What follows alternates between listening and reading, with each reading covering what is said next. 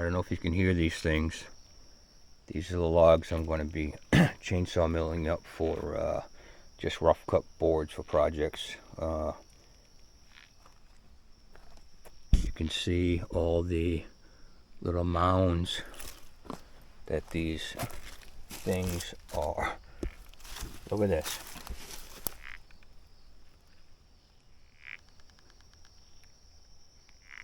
Can you hear that?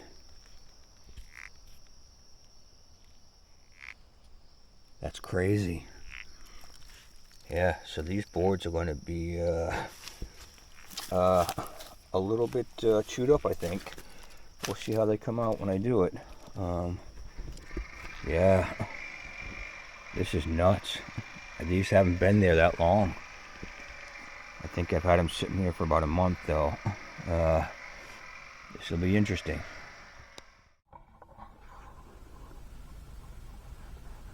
I just started milling these up to see how it would go. It's definitely not my ideal setup here as far as having to use this saw.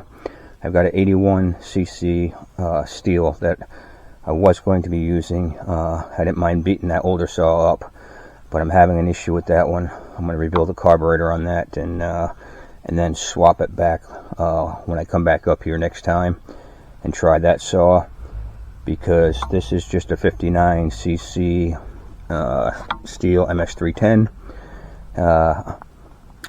It's good saw, but it's not really great for this purpose. Everyone, that you talk to or read about or watch videos on that does any of this milling keep saying use a 70cc or above saw, and now I can see why they're saying that.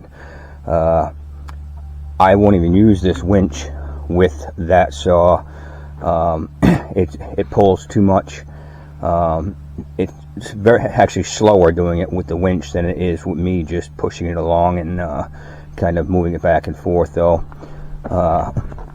Because I didn't intend to do a ton of this type of milling, I was doing it just for fun with these logs that I had taken down some trees. I didn't go crazy with buying stuff. Now, I bought this 8, 10, 24-inch bar for this saw. I've got like 4 of the ripping chains for it. This is the first chain that I've used. I'm actually about to pull it off right now after doing 3 boards. So did 3 cuts with it, and I'm going to pull it off and put a new chain on it, and hopefully that'll make the next cut go a little bit easier. And this was the first log I pulled off just to try to do a test log, and it was, as you can see by the boards, it's a little bit crooked, and I'm okay with that because it was going to be the first test log, and also I'll use it for something funky. Most of the rest of these ones are all straight. The next one I'm going to do is that red pine right there. That small one, I'll pull that out after I do this one, and then see how it goes through that red pine. And but 100% honesty, if you're doing this for fun, great.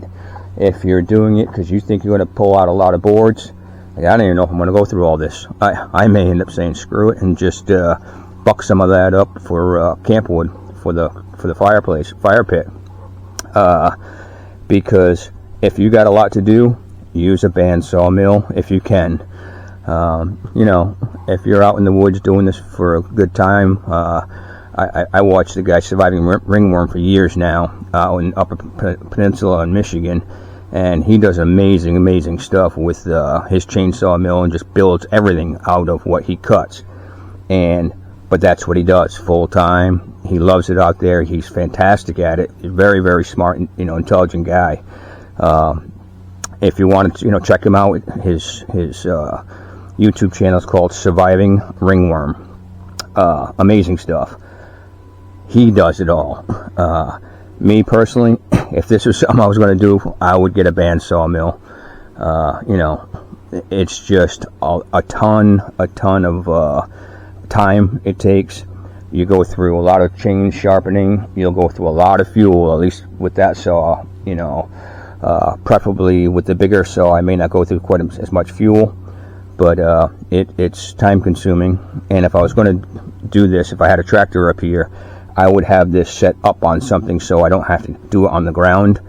But as it is right now, I can't lift those logs, so I'm just going to drag them with my ATV, pull them out, and then go ahead and just mill them right on the ground. But I'll do one more, and I'll do a sort of a time lapse on it, just cutting that board, and then just so you can see how it goes. And, as long as you're putting your wedges in as you go to help keep the board up and not pinching in your bar, it isn't too difficult. It goes pretty smooth. But it's a young man's game, so if you're a young man and want to do this, have at it. Once you start getting older, it gets a little tougher on your body.